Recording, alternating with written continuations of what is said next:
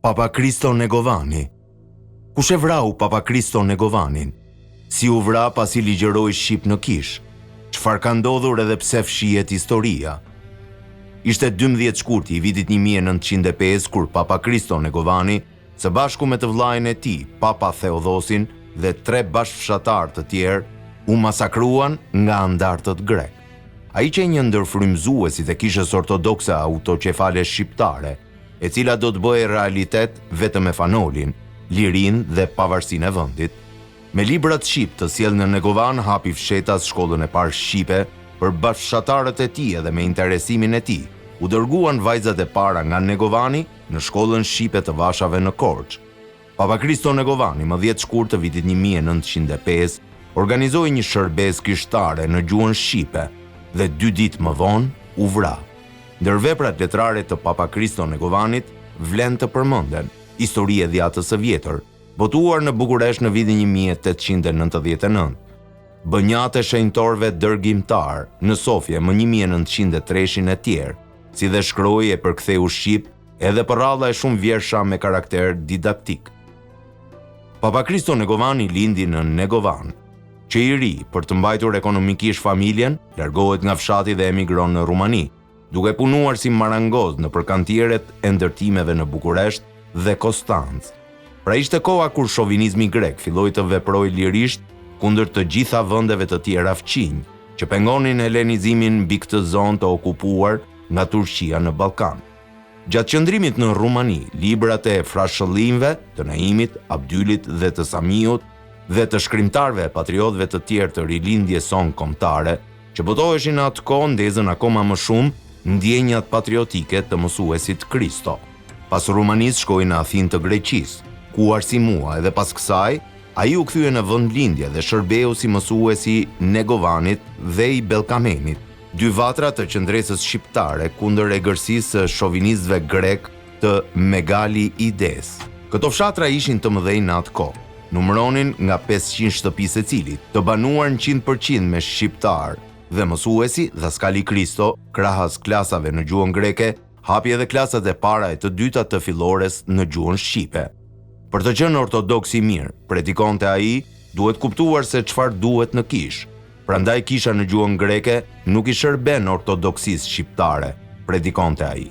Kjo i shqetësoi shumë qeveritarët në Kozan të Follorinës dhe i erdhën për kontroll.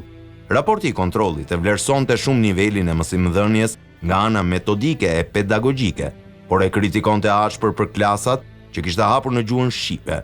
Megjithse, ai e mbronte për arsye se fëmijët e klasave të para të shkollës fillore nuk kuptojnë asnjë fjalë greqisht dhe se ata dinë vetëm gjuhën e nënave të tyre shqip. Por kjo ide dhe ky veprim i kushtoi Kristos jetën e tij fare të re. 2 orë para se ta vrisnin, Papa Kristo Negovani i shkruante një miku të tij në Rumani se 3 herë kishin gjykuar dhe ore çaste kërcënonin për shkakun e gjuhës shqipe. Por kujdesi i tij nuk ishte aq të ruante veten se sa të përhapte shkrimet e tij edhe të forconte lëvizjen kombëtare shqiptare. Merrni edhe këto vjersha. Ngutem t'i dërgoj sa kam shkruar se mos mbeten, në qoftë se ndërrojmë jetën pas mënyrës që u thash. Gjatë revolucionit kulturor të shqiptarëve, për çeljen e shkollave shqipe nga fundi i shekullit të 19 dhe fillimin e shekullit të 20, janë vrarë nga grekët shumë mësues që hapën mësonjtoret e para në gjuhën shqipe. Një nga këta mësues që u masakruan nga grekët ishte edhe Papa Kristo Negovani, i cili lindi në vitin 1875 në fshatin Negovan që ndodhet afër Kosturit, Kastoria, rrugës për në Edesa. Sot ky fshat quhet Flamuria. Në fshatin e lindjes, Papa Kristo mbaroi shkollën fillore në gjuhën greke, duke vazhduar më tej gjimnazin në Athinë.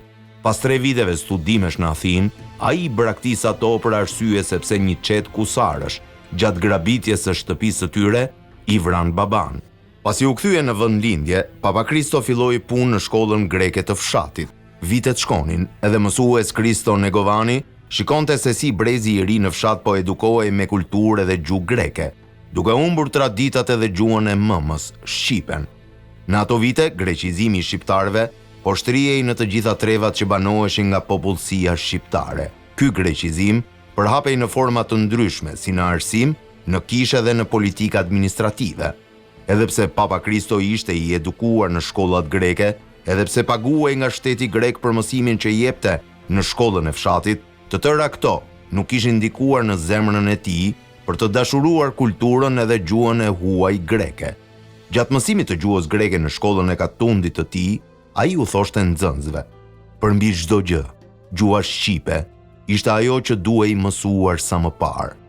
Me një vullnet dhe guxim djalëria i vendosi të hapte shkollat e para në disa fshatra që banoheshin nga shqiptarët përreth Kosturit dhe Follorinës. Shkrimin e gjuhës shqipe me alfabetin e Stambollit, Kristo Negovani e kishte mësuar në Rumani, ku kishte punuar marangoz për 3 vite. Ato vite ishte lidhur edhe me shoqatën Drita dhe me disa antar të shoqatës Djalëri të Stambollit. Në vitin 1897 u shugurua prift në fshatin e tij. Ky djalëri që për hir të çështjes kombëtare u bë prift, do të jetë pararendësi i frymëzimit për themelimin e kishës ortodokse autoqefale shqiptare. Kisha dhe shtëpia e Papa Kristos u bën vatrët e para ku mësohej gjuha shqipe, por kjo gjë nuk u pëlqeu grekëve, të cilët e kërcënuan disa herë. Ishte një natë e errët e 12 shkurtit të vitit 1905. Mësojnë si Kristo Negovani po shpërndante në aforën në kishë. Një grup njerëzish të panjohur e rrëmbyen dhe e shpun jashtë fshatit. Në errësirë të dërguarit edhe spot fotit, filluan ta masakronin Papa Kriston me sopata e thika. Pasi e coptuan trupin, i pren kokën për t'ia dërguar porositësit të kësaj vrasje. Por kriminalët e dërguar nga Athina nuk u ndalën me kaq. Po atë natë, ata i vranë edhe të vëllan Theodos Negovanin, i cili edhe ky përhapte shkollën në gjuhën shqipe. Atletarët shqiptar, kudo që ishin, u prekën shumë nga këto 2 vrasje që ndodhen. Të vetmet relike që ruhen prej klerikut edhe patriotit Papa Kristo Negovani janë një dru i përdorur për të mbyllur shkollën e Negovanit edhe një shami me kryq, që përdorej në meshat në gjuhën shqipe prej tij. 110 vite pasi u vra nga grekët, sendet e tij të vetmet të mbetura dhe të ruajtura deri në ditët tona janë dhuruar Muzeut Kombëtar të Arsimit, mësojnëtoria e parë shqipe në Korçë. Papa Kristo Negovani u masakrua në të gëdhirë të së dielës së 12 shkurtit të vitit 1905 në moshën 30 vjeçare në kodrën e Negovanit, bashkë me të vëllan Papa Theodos Negovanin dhe 4 punëtor të tjerë të përfshirë në çështjen e shkollave shqipe. Shkolla shqipe në fshatin Negovan u çel prej Papa Kristos dhe në të mësonin rreth 100 nxënës me librat e botuar nga rilindasit. Transmeton Konica Pikal.